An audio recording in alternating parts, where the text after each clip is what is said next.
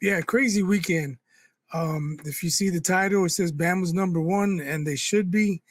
But Yes. man, as dominant as they were, that's how bad they as dominant as they were in the first half.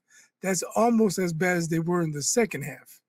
I wonder, is it the chicken or the egg? Were they that bad in the second half, or did Georgia finally get their sea legs and Carson Beck finally lived up to what people have been saying the past 2 seasons now, when they have been saying how good a player he is, how NFL draft pick, the Heisman Trophy candidate. They made it seem as if he was the next Stetson Bennett, but with talent, football talent, NFL talent, and it never showed.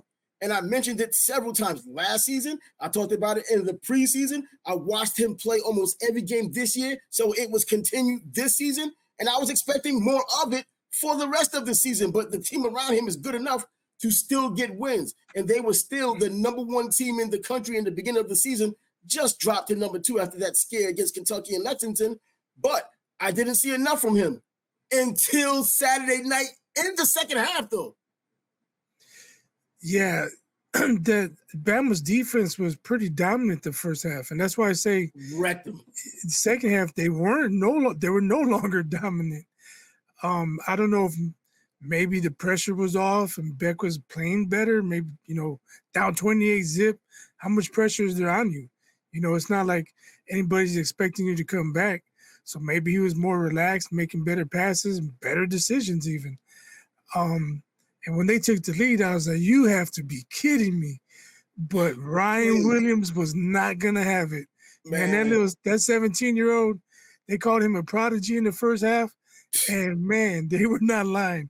That kid is a prodigy. He's every bit of a prodigy. Whatever they were doing in high school, whatever he had done in high school, I'll go out on a limb right now and say it was unfair for him to even play against those guys. Going into college football, not only going to one of the better schools, but going to the best conference. I don't think there's even a discussion about that anymore, which definitely is the best conference right now, the SEC. It stands out. If you look at the rankings, it's all about the SEC. The Big Ten made a cameo. The ACC made one cameo with Miami, but it's the SEC pretty much top to bottom. And when you go into the top 25, it's the SEC Big Ten show again. And it goes back again to what I said before the season started. When this national championship is all said and done in January, it's going to be either an SEC team or a Big Ten team. But we got a chance to see the best football game that was going to be played last Saturday. The best football game going into the weekend, including the pros. And the pros put up some pretty good games as well. But this one game, as dominant as Georgia was, as good, maybe even teetering on great as Jalen Milroe was, he looked like a legitimate Heisman Trophy candidate. Even though he was going into this game, he fit the bill, could have slid to number 1. I'm talking about slid to number 1 going upwards. He went upwards to number 1, slid up to go to number 1. But Travis Hunter's still there. Cam Ward dropped down because of Friday night. But anyways, it's about Jalen Milroe. And then in the second half, it has to be about Carson Beck. Give credit where it's due. He did throw that last interception. Take away the numbers, look at the poise, accept the experience, and the confidence he played with in the second half. That's what you go by. If he continues to play like that moving forward, there's just no way Georgia and Alabama won't meet each other again, not only in the SEC championship game, but the trilogy in the national championship game. Yeah, I can see that. It was huge for Georgia to come back the way they did, even though you could consider that maybe a heartbreaking loss. You come all the way back, you take the lead, and then one play, bam, you're losing again. And then you end up losing the game altogether.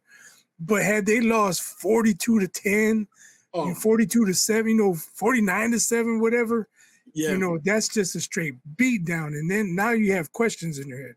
But coming back the way they did, I don't believe they have questions. They're like, hey, we made some mistakes the first half. If we play better, we correct our issues, we can beat Bama. Yeah, but you know what? I think Bama's getting better either way, because you look at Kellen DeBoer, and I was talking about him last season, even now this season with Alabama, and I was talking about just last week in terms of the way he's running this team now, kind of the Nick Saban effect, like you would do as a head coach anyway. You would hire, you're the CEO, you have your other people you hire to do their job. You don't question them unless they're screwing up. Well, he can do that on the defensive side now, so you know the offense should be a lot better than it's been in the past. Alabama's had good quarterbacks, but we saw how they fizzled out later on in the NFL. But this is just college football.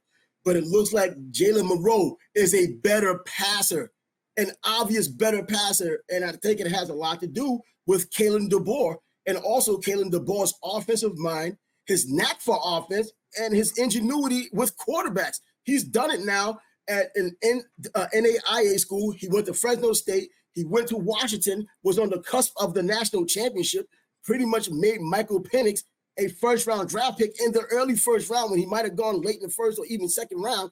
He's done all of that, and we're seeing his fingerprint now on Jalen Milroe. I don't think it's only natural progression for Jalen Milroe going from last season to this season.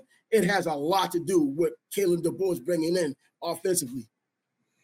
Yeah, I talked about him putting his stamp on the program.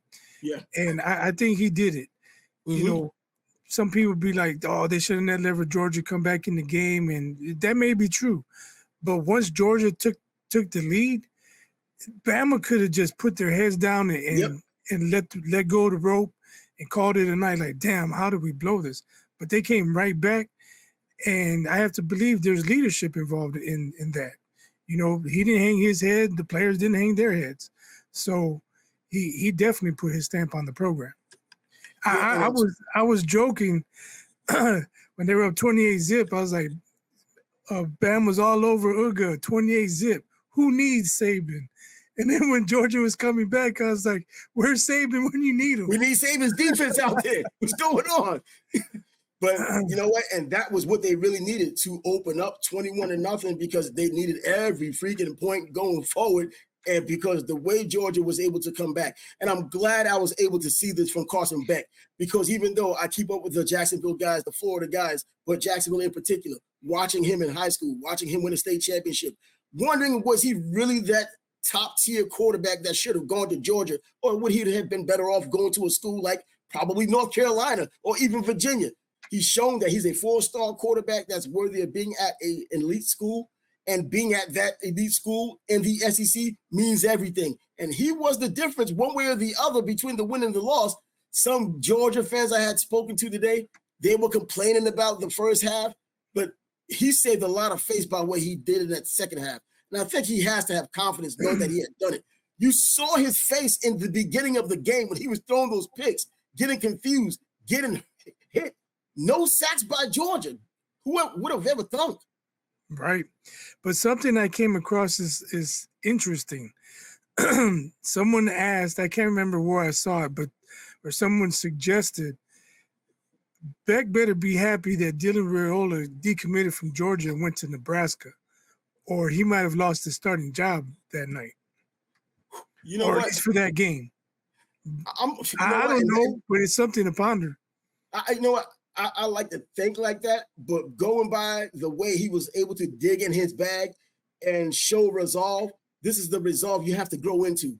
And I think last year playing like he did and getting to the SEC championship game, getting snubbed for a chance in the playoffs, I think that was that resolve and that adversity he had to go to in order to get what he has right now, or go to where he's trying to go right now. A freshman, especially a true freshman, just doesn't have that, even as talented as they could be. They don't have that to pull from. They don't have that resolve to pull from on that level to make things happen. I love the way Dylan Raiola is playing right now and playing out in Nebraska. I don't know if it's a one-size-fit-all, but he's doing what he's doing where he is right now. If he came to Georgia, he would have even better athletes around him to catch the balls he's throwing. So he may even look better. But still, at this point, I still think that Carson Beck, based on the experience factor, being a fifth-year senior, and they've seen enough of him in practice to know that there's something there. I just hadn't seen it because I'm not in practice. But then to see what he done in the second half and be as good as he proved to have been, even throwing that interception, having 3 interceptions, and coming out of that game still almost smelling like a rose, that says something. I think it's a valid question, though. Being down 28-0 and your offense is struggling, do you make the change? I mean, Saban did it in the championship game. You know, Jalen Hurts was the incumbent quarterback, and he had no problem pulling him for Tua, and it worked out. Yeah, but you know what? When you saw Tua in high school, Tua was a different beast. I mean, I remember when he came into Alabama during spring practice, and I saw enough of him in spring practice. I was still complaining then he should be in front of Jalen Hurts then. I know some real college football people who were saying the same thing. They cover Alabama and the SEC saying the same thing, but they knew that it might have been even more than a football issue, as you probably would imagine, if they would have done that right then and there. But when they did do it, and he was able to catch Devontae Smith on that deep pass and end the game on a walk-off, it all created the legend. His only reason for not having a Heisman is his injuries. But yeah, but you know what? Years ago, look at Jalen Hurts went to Oklahoma and balled out. Balled out because it's a different offense. And I think it goes back to what I was saying about Kalen DeBoer.